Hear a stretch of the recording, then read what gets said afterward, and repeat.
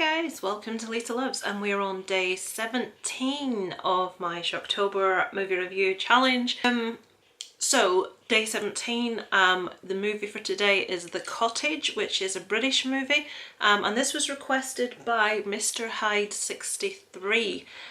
This is one I've actually confused with another one because I knew it was British, I knew I'd seen it, but I'd got it confused with one with Danny Dyer in. It may have been Severance. I'm not 100% sure, but I thought this was a different movie until I started watching it. I did remember watching it, but this one I actually do enjoy. The other one I didn't.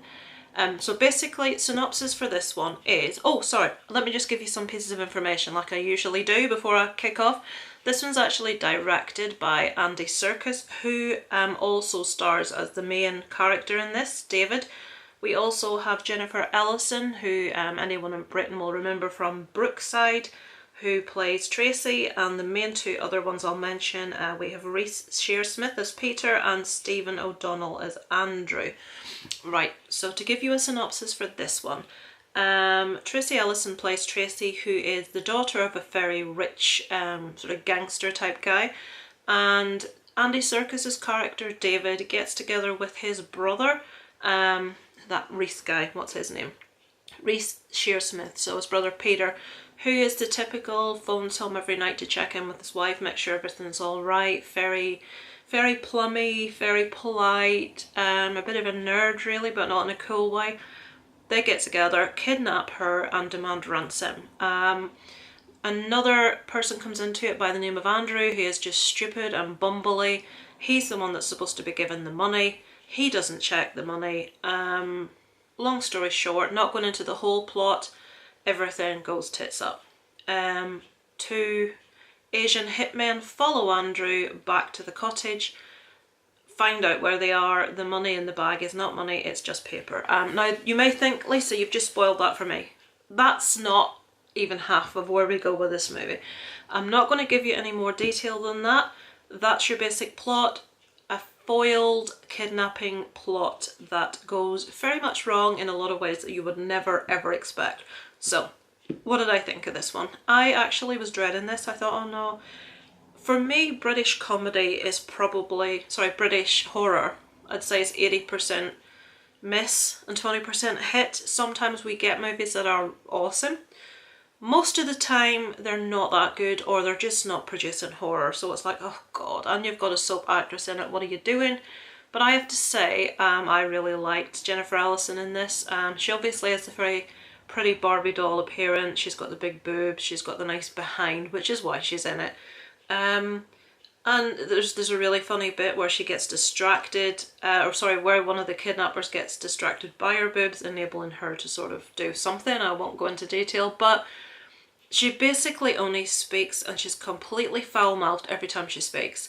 Really rough, really tough, really sort of like, I don't know, brutish, not very ladylike, just really can look after herself. Not what you would expect from her appearance or from the fact she's the daughter, well I suppose she's the daughter of a gangster, but someone with a lot of money you wouldn't expect to have the foul mouth that she's got or the sort of behaviour that she has. She's not at all frightened. She's just more than these guys settled for. They thought this was going to be easy. It's not.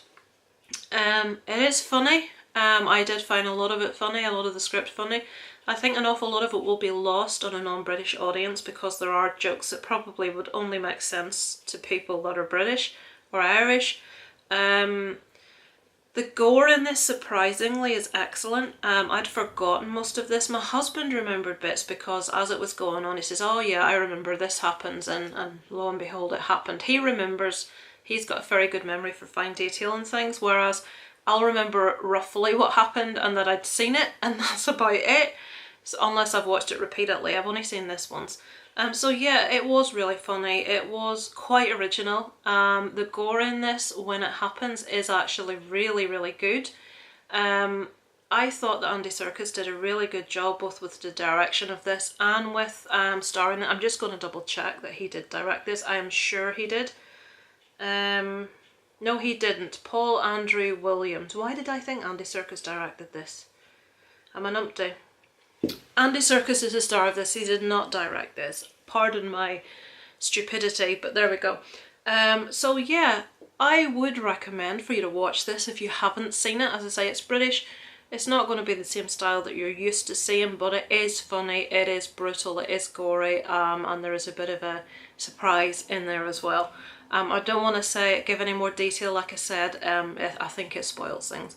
There is a little cameo, a very short cameo by Doug Bradley, Pinhead, in this, so keep your eyes open and see if you can spot him. So yeah, I'm thinking, what would I give this one out of 10? I will give this one a... We'll give this one a 6.5 out of 10. I'm going to stop putting my graphic in because I'm fed up having to do new ones for each. It's taken me forever. 6.5 out of 10 for this. I did enjoy it. That maybe seems a bit low, but yeah, 6.5 for me is quite a decent score. Maybe push it to a 7 if I had to, but 6.5, 7. So tomorrow the movie is Fright Night, the original Fright Night. I know we have that on DVD upstairs. That was requested by Gashead Steve. Now the next two nights are movies requested by Gashead Steve. The one after Fright Night is Vamp, which I haven't seen, so that will be a new one for me. So yeah, 18th, Fright Night. I will get stuck into that this evening, and hopefully I'll enjoy it as much as I did the first time. It's been a long time. I've seen the remake more recently than I've seen the original, so I need to go back and remind myself of that one. I'm sure I'll like it though. So yeah, as always, before I sign off, a list of other people still slogging away with the 31 Days of Horror, so support those guys, give them a bit of love. And we're halfway there, guys. We're almost at the end, and we're still here. So I will leave you there for today and speak to you tomorrow with my review of Fright Night. Over and out from Lisa Loves.